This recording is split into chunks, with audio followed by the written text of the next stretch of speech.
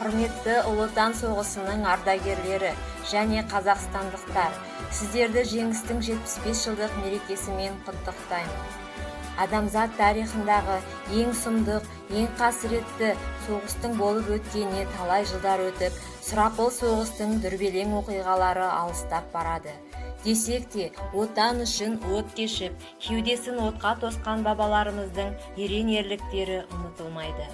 1941 жылдың 22 маусымында фашистік Германия Кеңестік социалистік республикалар одағының шекарасына тұтқиылдан шабуыл жасады.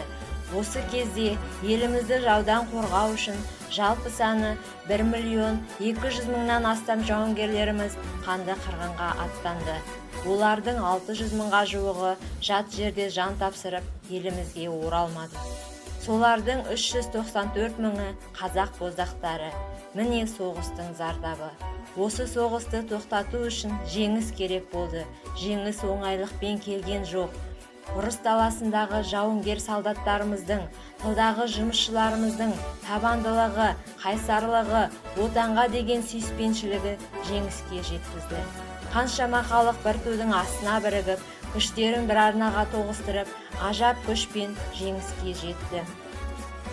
Туған жерге жеңіс туын желбіретіп, оққа ұшқан қарулас жолдастарының аманатын арқалап, тірі қалған, арасында мүгедек болып қалған жауынгерлеріміз орала бастады.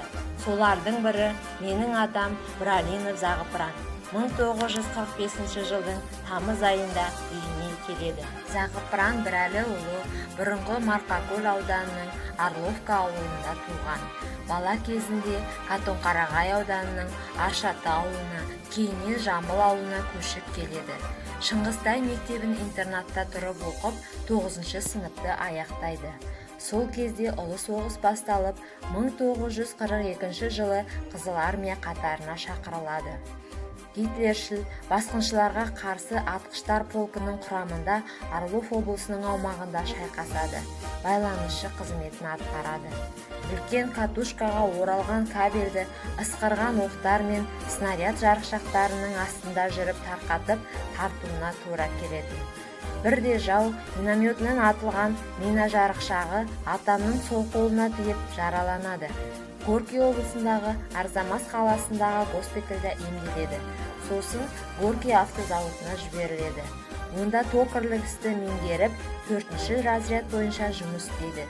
Автобөлшектер жасап шығарып, майданда да, тылда да жеңіске өз үлесін қосады. Ауылына оралған соңда қол қусырып отыра алмай, бастауыш мектептің мұғалімі болып жұмыс істейді. Зайсан педучилищесін сырттай оқып бітіреді. Алтын басына ақ түскенше сол мектепте 40 жыл дәріс беріп, зейнеткерлікке шығады. 1978 жылы Қазақ ССР халық ағарту ісінің үздігі белгісімен марапатталады. Ұлы жеңістің құрметіне арналған мерейтойлық медальдармен және 2-ші дәрежелі Отан соғысы орденімен марапатталған.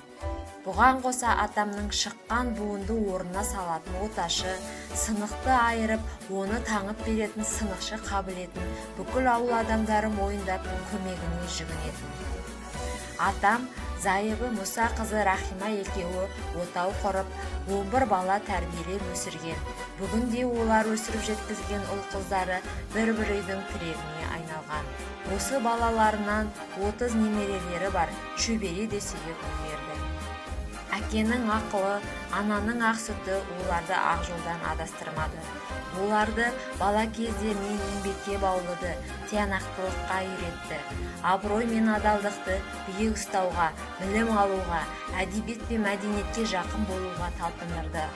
Ұл қыздарының бірі дәрігер, бірі есепші, енді бірі кәсіпкерлікпен айналысса, 3 баласы ата жолын қуып ұстаздықты таңдаған. Солардың бірі Вазипа Зағыпыран қызы Жамбыл орта мектебінде тарих пәнінен сабақ беріп, зейнеткерлікке шықты. Назипа апайымыз Тараз қаласында математикадан дәріс берді. Қазір құрметті демалыста. Бала ата-ананың игі істерін жалғастырушы демекші, Дүйсен ағамыз әке ізімен еңбек жолын Жамбыл орта мектебінде бастап, 20 жыл сол мектептің директорлық қызметін атқарды. Қазір Қатон-Қарағай ауданының мәслихат хатшысы. Ол мәуелі бәйтеректе діңі мықты, тамыры тереңге бойлаған, жапырақтары жайқалған бір соғыс ардагерінің отбасы жайлы үзінді. Ұлы жеңістің 65 жылдық мерейтойында 9 мамыр күні сағат 11-де атамыз мәңгілік мекеніне жол тартты. Атамның жасаған ерлігін балалары, немере шөберелері мақтанышпен еске аламыз. Отанымызға абырой әкеліп, жарқын болашақ, бейбіт өмір сыйлаған ардагерлерімізге тәуелсіз мемлекетіміздің ұрпақтары атынан 1000 мәрте алғыс айтамын. Еліміз тыныш болып, тәуелсіздігіміз одан әрі тұғырлана берсін.